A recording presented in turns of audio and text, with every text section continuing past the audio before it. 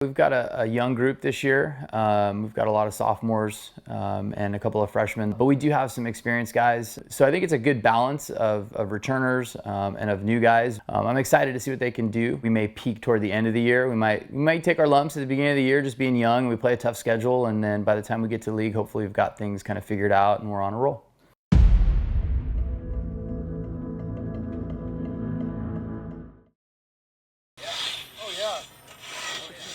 Off the top of my head, I think it's 9 guys, or 10 big leaguers that we have. The latest was PJ Conlon last year. He was class of 2012, made his big league debut with the Mets last year. I think probably the most well-known names, Phil Nevin, Brett Boone, Brett Tomko, Dan Petrie, and they've all done a lot to give back to the program. Brett and Phil have done a ton as far as this clubhouse is concerned, the field, the brick backstop, everything else. If you say, oh, I go to Eldorado, baseball, that's what you think first.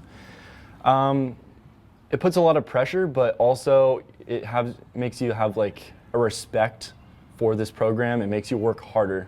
It's amazing. I like the atmosphere of being around the players. It's almost like a family kind of community. The coaches are very professional. We run our team very organized. It's a huge honor wearing the Eldorado jersey. I've been looking forward to play on this varsity team ever since I was little. I used to watch their games. That's pretty cool. There's some pressure because of you look in the outfield and you see all the names and stuff. At the same time, you kind of think to yourself that you can maybe be one of those guys one day. And that also adds just a lot of confidence to yourself. The Eldorado Olympics. I mean, that was pretty funny.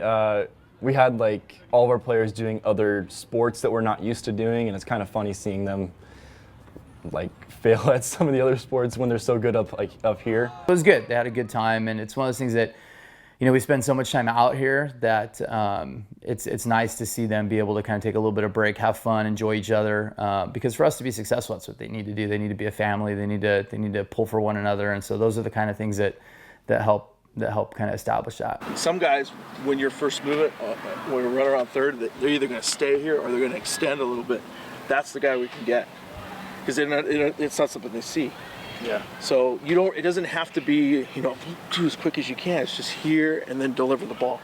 And if we just run it quickly and you just get the ball there, you got a shot in the now. Luke Franco on the mound threw a good amount of innings for us last year. He's a senior this year. So we're looking for him to kind of continue and build. He's been a varsity player since he was a sophomore, so build on his junior year and hopefully have a good senior year. We need a lot of team chemistry, first of all. Last year we lacked it, and there was definitely a separation between the seniors and everyone else. They kind of just went off on their own. But now this year it's going to take a lot of team leadership and a lot of chemistry to make this team work. Parker Haskell is returning starter for us. Started last year as a sophomore, played first base, played the outfield, pitched for us. I think he hit 380 or something like that for us last year, did a good job.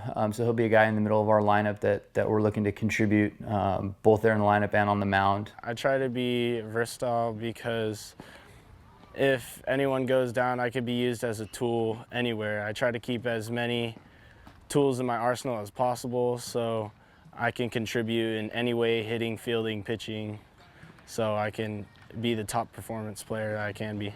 Michael Lackman, another pitcher, left-hander on the mound, played a little bit of varsity as a sophomore and then was a full-time varsity guy last year as a junior, and so has really come on in the fall and the winter, and is a guy that I think will provide us good innings this year. Well, I'm a lefty, first of all, and that helps a lot as a pitcher. And mostly I just like to hit the outside corner, get batters out, ground balls. I'm not really going to be too flashy up there, but I just like to get the job done. At shortstop, Jaden Pugh, who was a sophomore last year, played second base for us, and I was going to move over to shortstop this year. One of those guys who just kind of does everything right as far as baseball is concerned, always in the right place, executes really well offensively. And he's a guy that I think will help kind of solidify our lineup. It's going to take a lot of grind and effort. I mean, this year we're going to have to be a scrappy team. 1 through 22, we're going to need all the guys to play and just grind. I mean, from day one all the way to the end of the CIF, I mean, just have to play hard. First inning, nobody on, nobody out, straight up. We get to 3 outs and we rotate. Second inning, we'll go runner on first, nobody out. Third inning, runners on first and second, nobody out. Fourth inning, runner on second, nobody out. And the fifth inning, a runner on third and nobody out. We're not going to keep track of runs. We're going to keep track of positive executions for each team. All right. Yes, I know the camera's in my face. It's funny, isn't it, Ellis? Okay. All right, let's go.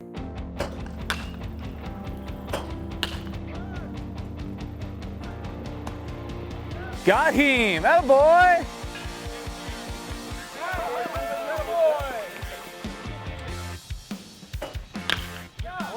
Fair ball, let's go! I like it. I love it. Good, Franco. Tag. Yes, yes.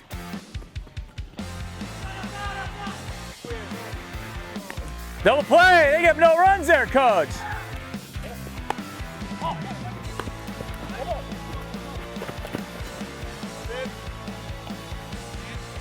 All right, let's go.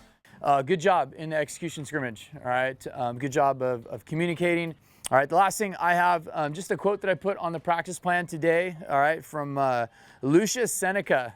Lewis, you know who that is, right? Roman statesman. Okay, a gem cannot be polished without friction, nor a man perfected without trials. Okay, so think about every time that you fail at baseball, right? You strike out, you make an error, you do whatever. Okay, that's just you learning to perfect your craft, right? You can't get better without dealing with some adversity, okay? Just like gems can't be polished without a little bit of friction, all right? You can't be polished as a baseball player without making some mistakes and then learning how to deal with those mistakes. Hawks on 2, 1, 2, Hawks!